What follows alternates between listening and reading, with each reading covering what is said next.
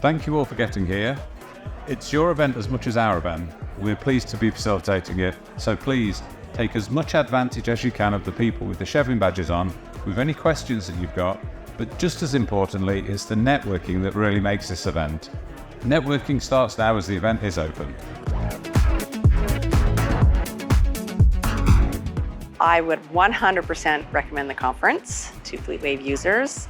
So many reasons why. Again, I use the product in one way, but after today, I realized there's so much more potential. It really opened my eyes. It's well worth it. Oh God, I've loved meeting everybody. My gosh, it was so wonderful to meet the team and really also to meet a lot of users. You find out so much more information about how they use the system and how we might be able to incorporate some of that and think a little bit differently. So, God, it's been eye-opening.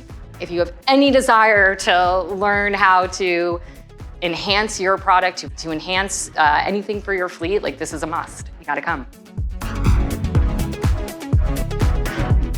It's extremely well-rounded between the networking events, networking with other fleet professionals in the same industry, different industries. Ask the Expert has definitely been a hot topic and very useful. And then just the breakout sessions, the product advisory board, providing input to help grow the software into the next level.